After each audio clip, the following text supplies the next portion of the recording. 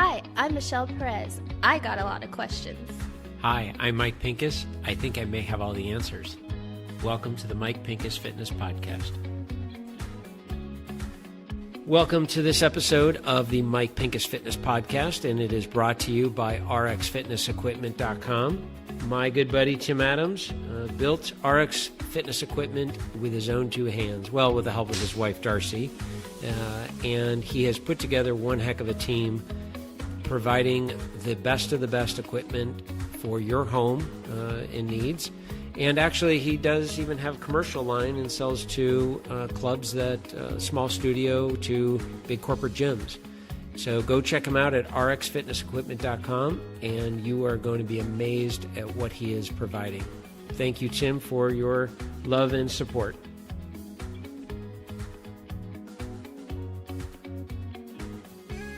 Hi, everyone. Welcome to today's episode of the MPF podcast. Last episode, we talked about why we gain weight, and Mike shared a couple topics with us: lifestyle changes, health changes that impact our weight gain. So, Mike, tell us what you want to share today. Today's episode is going to kind of pick up on what we talked about last one, where we kind of left off of. I started building about how important movement is, and the lifestyle changes and labor-saving devices, and we've really taken movement out of our world. I get clients that ask me, which is more important, movement, working out, or nutrition, or my diet? And I have to have everyone understand and first be on the same page. We have to really understand this concept, because if you get this, you're going to get the rest of this no problem. And This is not scientific, okay? I'm not going to start, you don't have to get out calculators and figure this out. You don't have to write any of this stuff down. Just use your common sense knowledge with this one, okay? You have to buy in. And I'm going to say this. This is not my theory, okay? This is actually the law of thermodynamics. Okay. This cannot be argued. People have tried. There's a gentleman on YouTube, has his PhD, more knowledge than I'll ever have. He's forgotten more than I'll ever know. And one of my mentors used that line, and I love it the best. And he argued this whole philosophy of the law of thermodynamics. We did not come up with this in the fitness industry. This has been proven time and time again. Okay, so what is the law of thermodynamics? Calories in, calories out. It's that simple. Okay. If you burn off more calories than you consume, you will lose weight. If you eat the same amount of calories and burn the same amount of calories, you maintain weight. If you eat less calories and move more, you will lose weight. If you eat more calories and move less, you will gain weight. Any way you look at that, okay? So let's just play for numbers. Okay. And these are not numbers for anybody. I'm just throwing out numbers. If we do there is a formula. We don't have to get into it now. We will eventually. But let's just assume that you can eat 1,500 calories a day, okay? That we know that is your that's your number. And for all those people that say out there it's not about calories in, calories out, okay, do you understand, for those scientists out there, what a basal metabolic rate is? They all agree, yeah, that's something, okay? That basal metabolic rate is the rate at which we burn fuel, doing daily activities, or actually, basal metabolic rate is opening our eyes. So laying in bed, you're in a hospital room. If it's not about calories, why would they give you food to exist in a hospital? Okay, because they don't want you to die. So they're pumping you with food. Yeah. Certain amount of calories. So there's a number there. So we're going to say that for this person, Bobby, sorry, Bobby. But Bobby gets 1,500 calories a day. Bobby could be a girl or a male. It doesn't matter. So Bobby gets 1,500 calories a day. If Bobby's goal is to maintain the current weight, then Bobby has to eat 1,500 calories and burn 1,500 calories, whether that's through activities of daily living or through exercise, or a combination of the both, okay? It can be a combination of both. And if they continue to do that, this Bobby does, for the rest of his or her life, they maintain the same weight, okay? Let's say they weigh 150 pounds, whatever it is. Now, if Bobby suddenly is eating 1,500 calories and Bobby stops exercising, but burns around 1,000 calories of activities of everyday living. Okay. Now there's a 500 calorie deficit. Bobby is going to gain weight slowly. Okay. Because Bobby's not burning 1,500 calories. Bobby's only burning 1,000 calories. Right. Doesn't matter what the quality of the food is. Doesn't matter the type of food. It's purely the quantity. Okay. Now, if Bobby goes the other way and is eating 1,500 calories and suddenly, instead of burning 1,500, burning 2,000 calories, Bobby's going to start losing body fat. Okay. Losing weight, but we're going to assume it's going to be body fat. So we have to accept that it's calories in, calories out before we go any further. Yeah. And if we get that, and I'm going to throw another analogy at for those that are still questioning that thing. You're living on a deserted island. Okay. I drop you on the island. There is water. There is no food. There's nothing to eat. There's no beetles. There's nothing.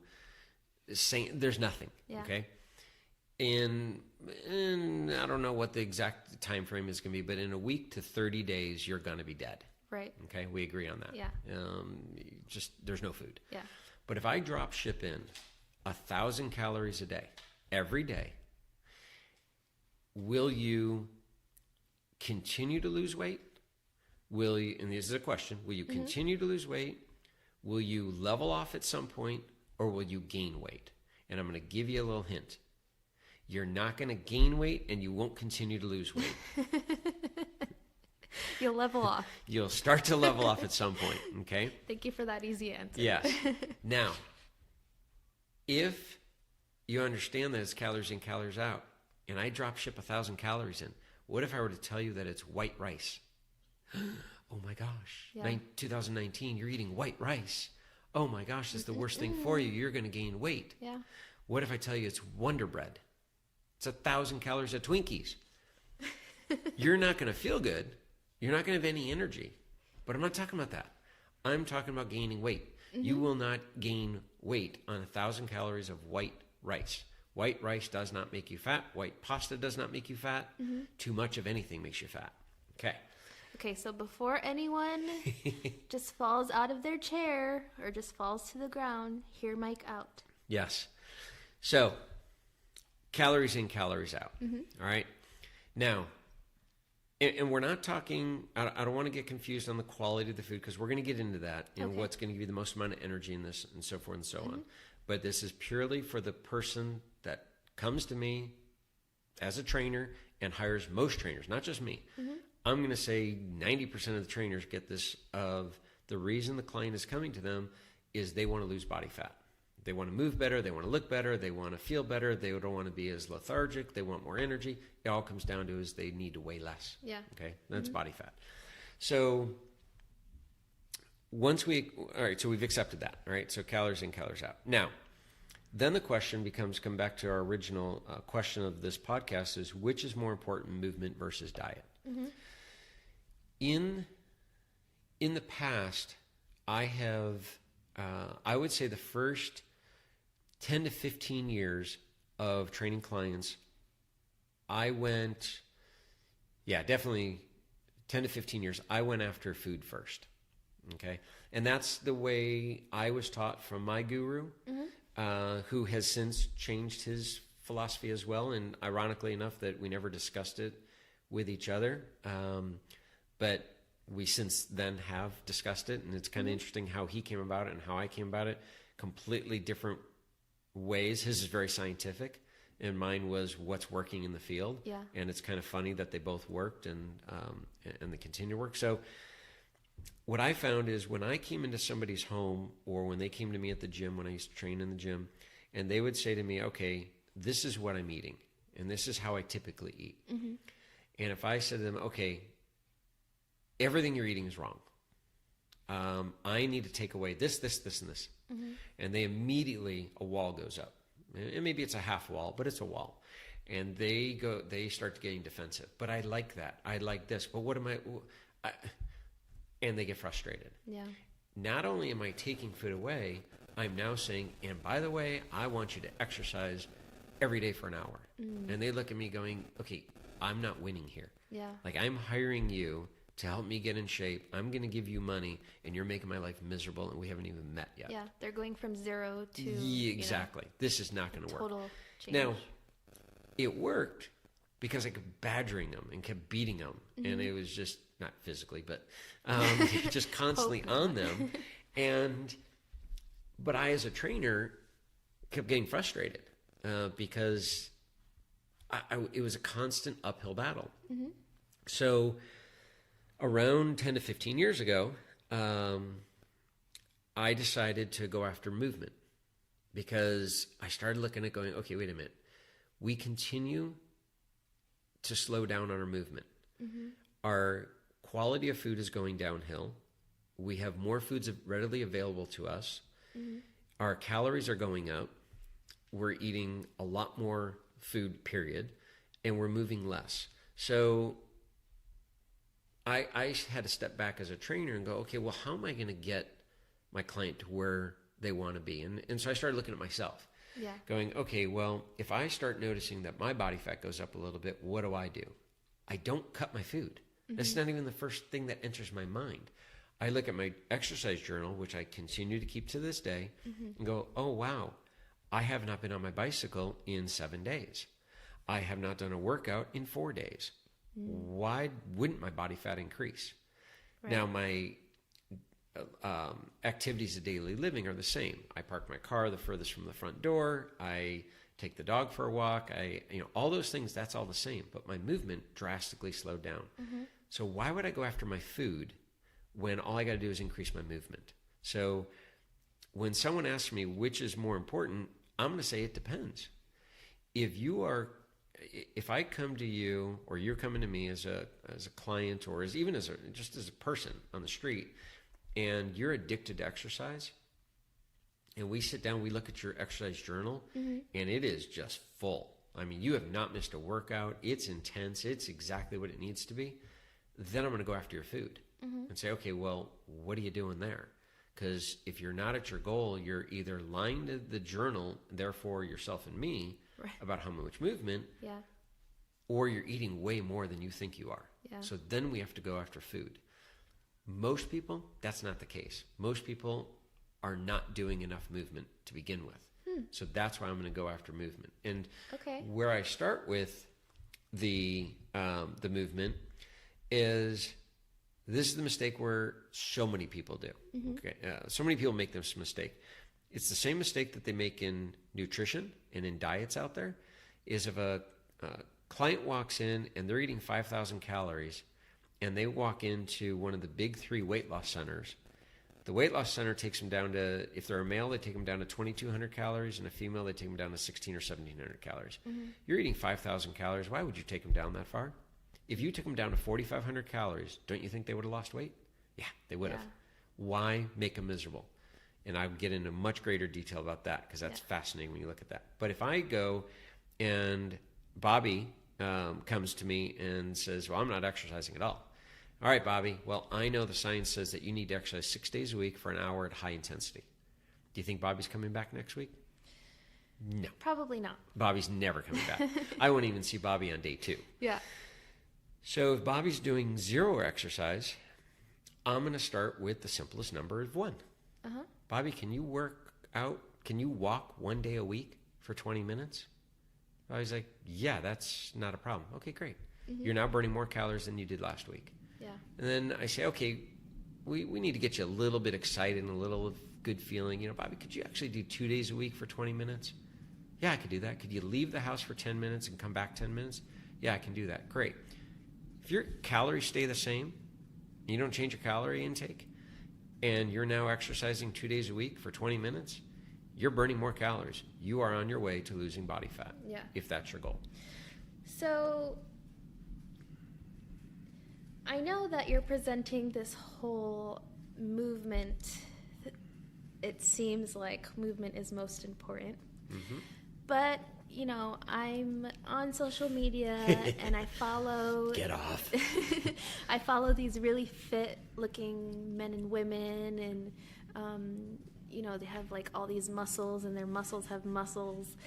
And the thing that I'm seeing is that they're telling you the 80-20 rule. Yes. So basically what the 80-20 rule is in this case is that your health and fitness, or I guess fitness, not really health in this sense, but fitness and getting muscles and all of that is 80% diet and 20% exercise. Mm-hmm.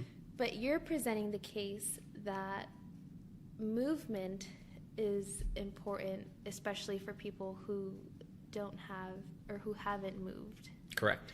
So explain that to me, because I'm seeing 80-20 and then they're also telling me like 80% diet, so like do whatever diet is out there, like I don't know, keto is the big thing right now. Right. So if I do 80% keto and then 20% fitness, then my muscles will have muscles. Exactly. So tell me about that. Yeah, so and it's funny too, because that 80-20 I've heard is 90-10. So now we're playing with those numbers on top of every other number that we're playing with. And so the first thing is I would have to say is, what's the goal?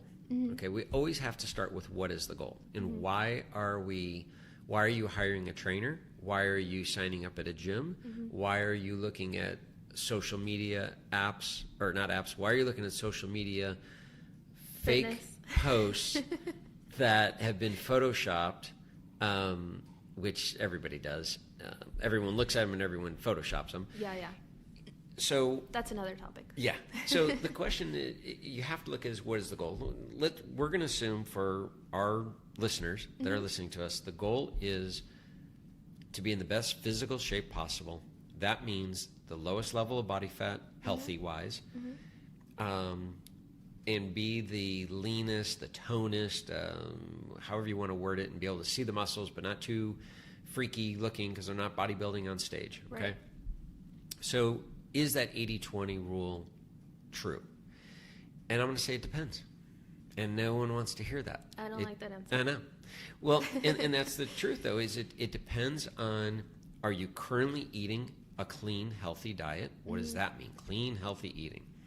Well, I would describe that as, are you limiting your processed foods? Are you limiting your table sugar, your added sugars? Are you conscious of eating fruits and vegetables and whole grains and lean proteins? And yes, I'm doing all that. Okay, then you have taken care of the nutrition side. Then we have to say, wait a second. Yep. Are you saying that that's all we need to do to take care of nutrition? Yeah, that's it. We're going to have to talk about this more later, but so, I just think that's mind-blowing. I know. It's crazy. And again, before... mine is just racing, but before we... And this is not by any... My next statement is not to rip on any profession by any means, okay? But before we had nutritionists, before we had nutrition scientists, before we had anyone that studied food of any sorts, how did we survive? What did we do?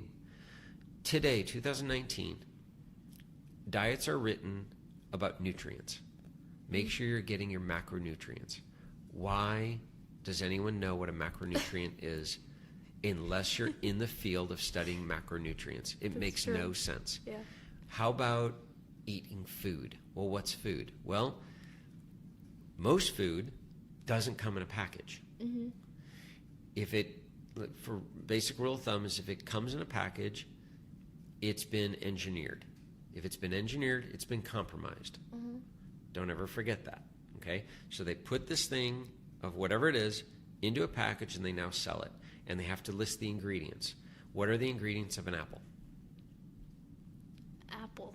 What are the ingredients of rice? Rice. What are the ingredients of pasta? Flour. Gotcha on that one. So if you can look at a food and say, I know what the ingredients are. Yeah. Okay, you're eating a healthy diet. If you're having to look up this food and look up how many calories this is, and what is the breakdown of this, then you're eating a processed food. Okay, and not all processed food is bad. Yeah. One of my gurus loves to tell me, he said, look, I hate to tell you, but beef is processed.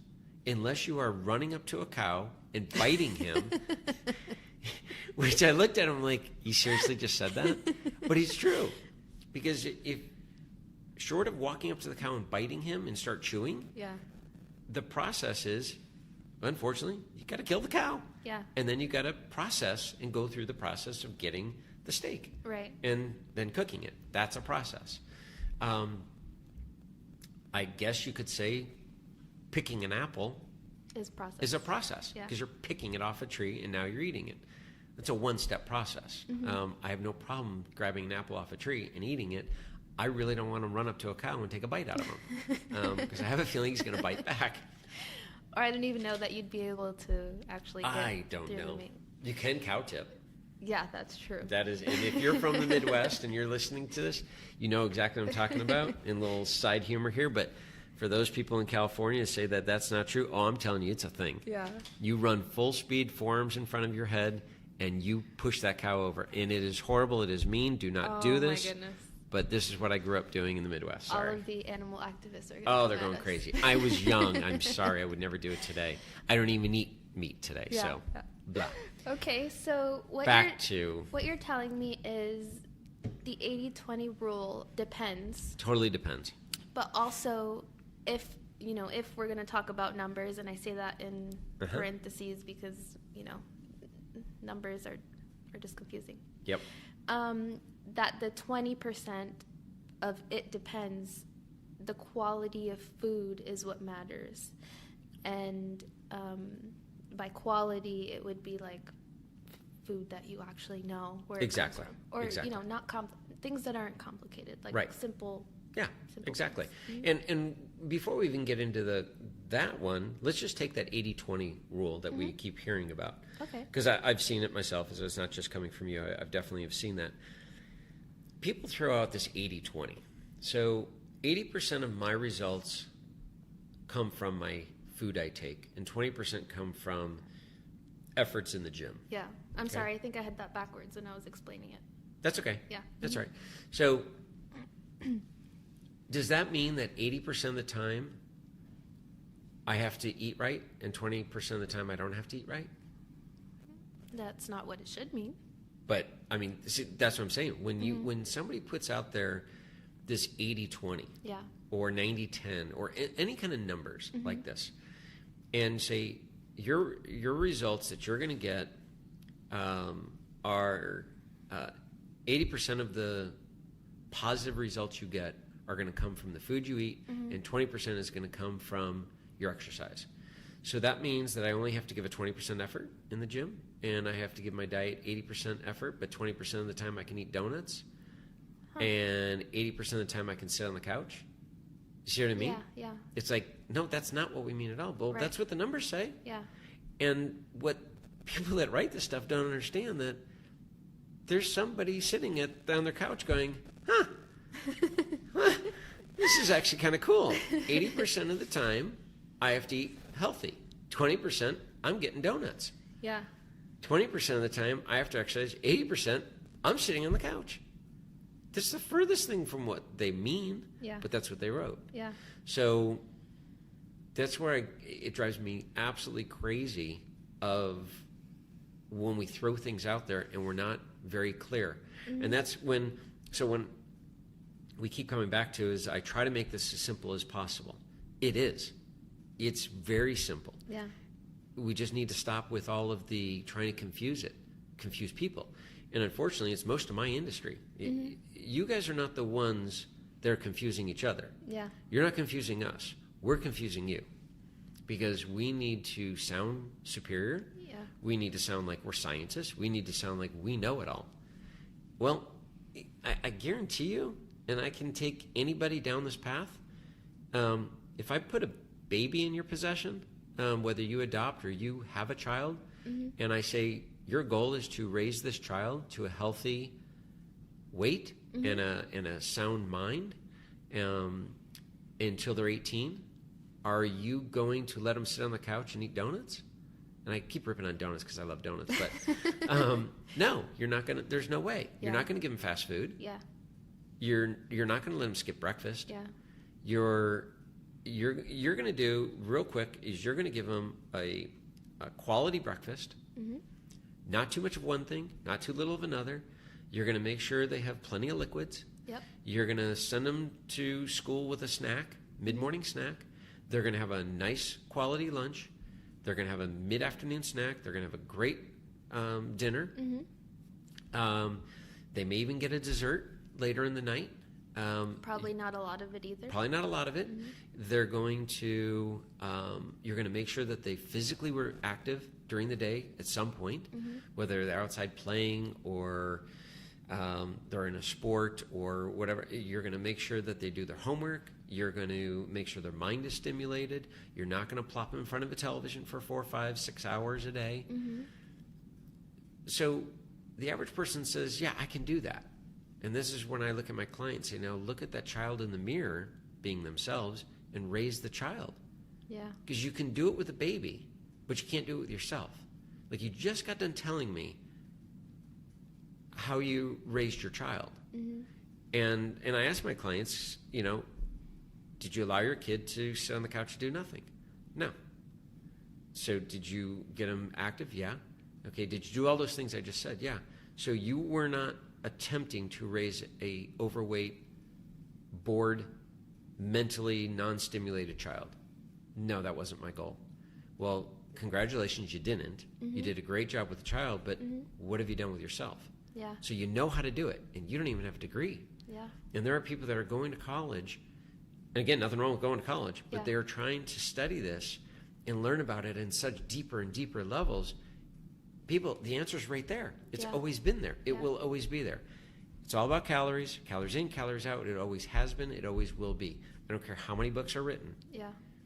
That's the answer. Yeah. I think that there's a lot to be said in how we view complicated things as being like more intelligent. Absolutely. Or, if this person studied it and gives me all this scientific evidence, then that must mean that it's correct.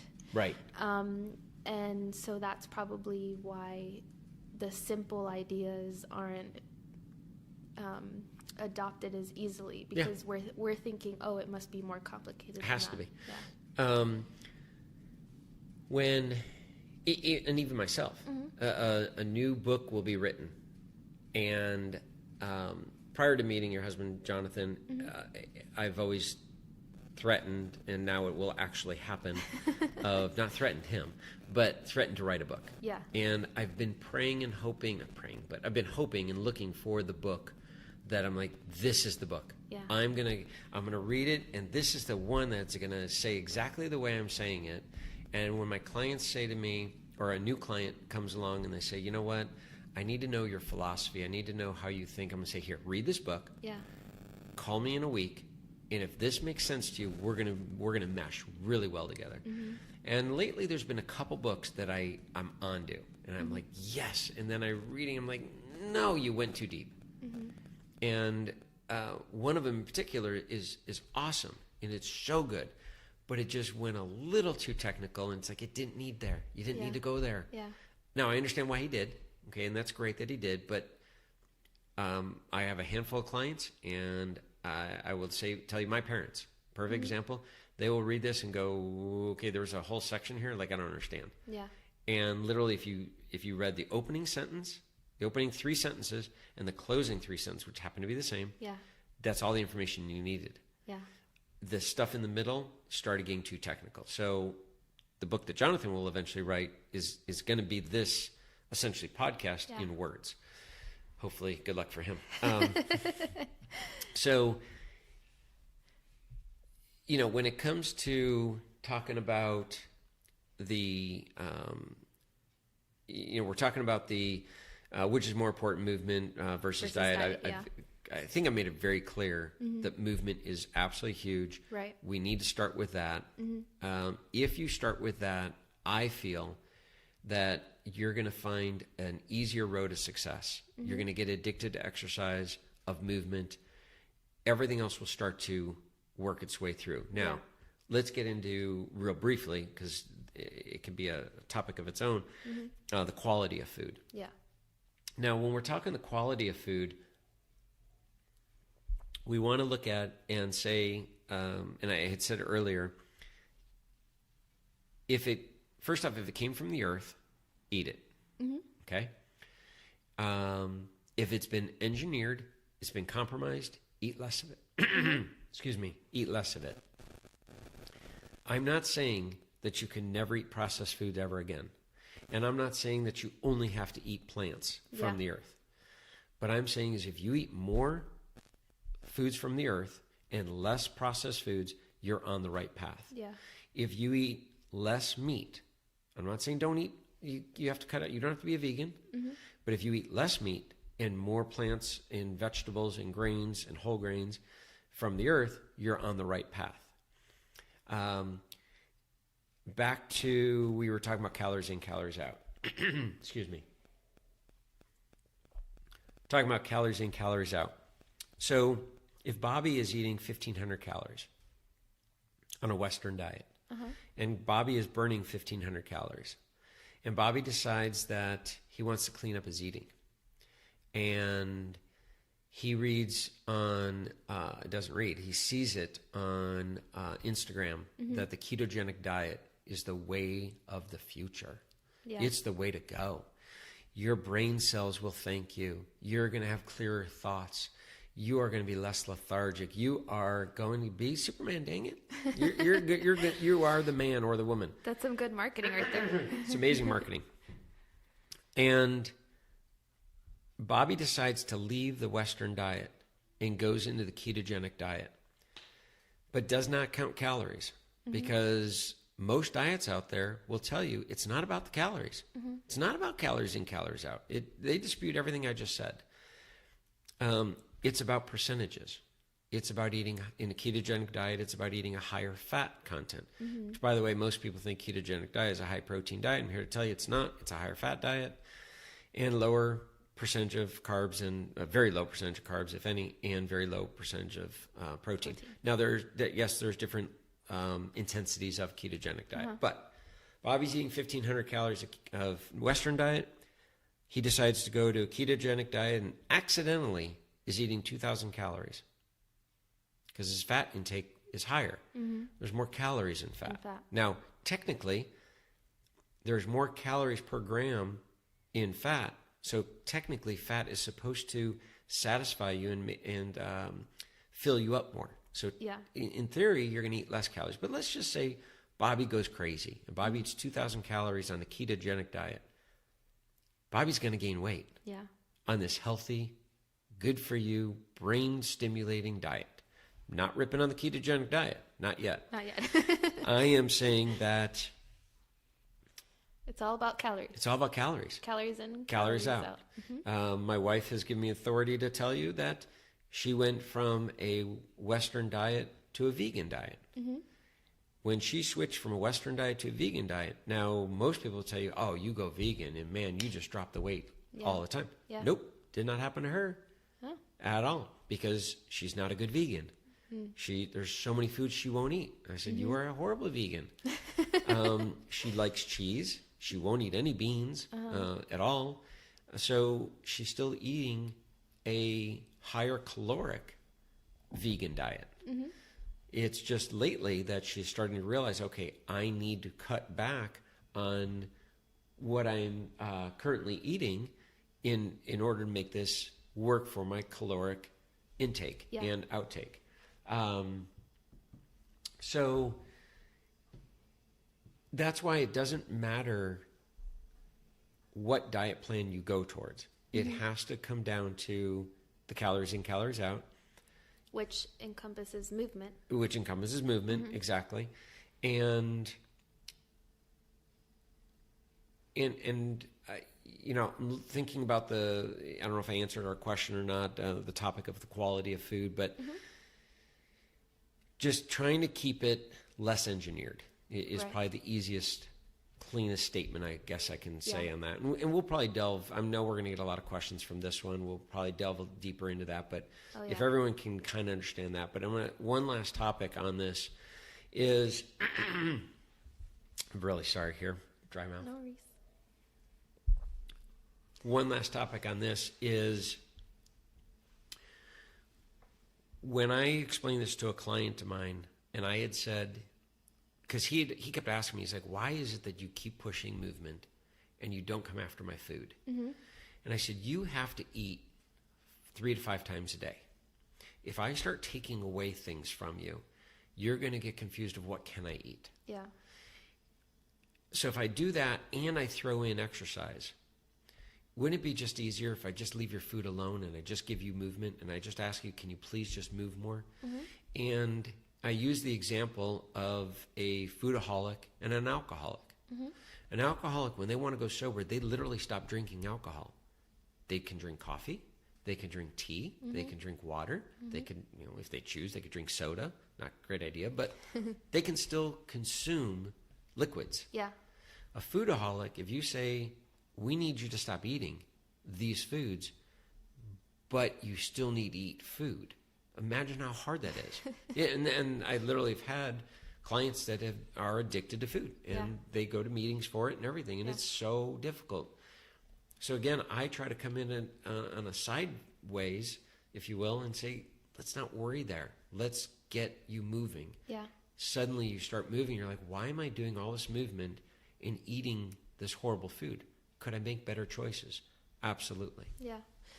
So really everyone, and we can't stress this enough, but what Mike is just really trying to drive home in everyone's brain is that movement is the most important. It's everything. Yes. It really, it answers so many questions. It takes care of so many problems. Yeah.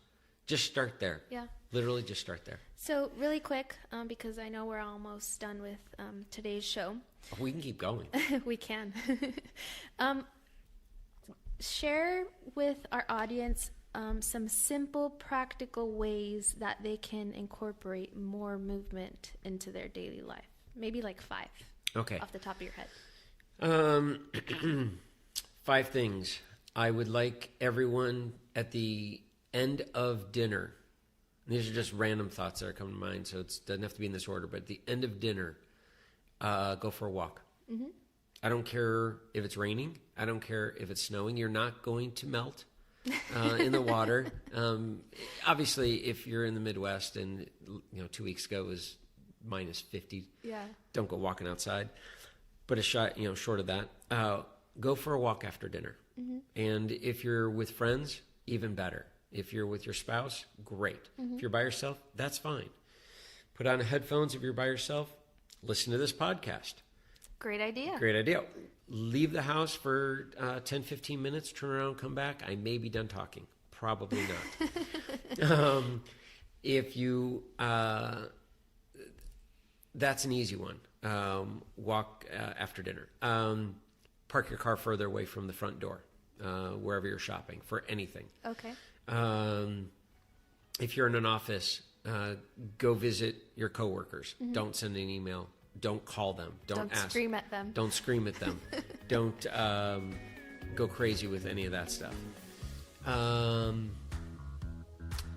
Put down the phone and socialize with people when you're eating in public places. Mm-hmm. Communicate. That's extremely important. It's not physical movement, but it's going to stimulate conversation. It's going to stimulate brain thoughts and so forth. Yeah. If you have a pet, make sure you're walking your animals. Mm-hmm. And if you're ever facing stairs, take the stairs. The easiest thing. Always. Yep. All right. Well, there you have it. A couple easy ways that you can incorporate movement into your daily practices in life. I hope that everyone can find some time to get moving in the next few days. Dance. Dance? That's a good one. Always have a little dance party, even if it's by yourself. All right, we'll see you next time. Thank you.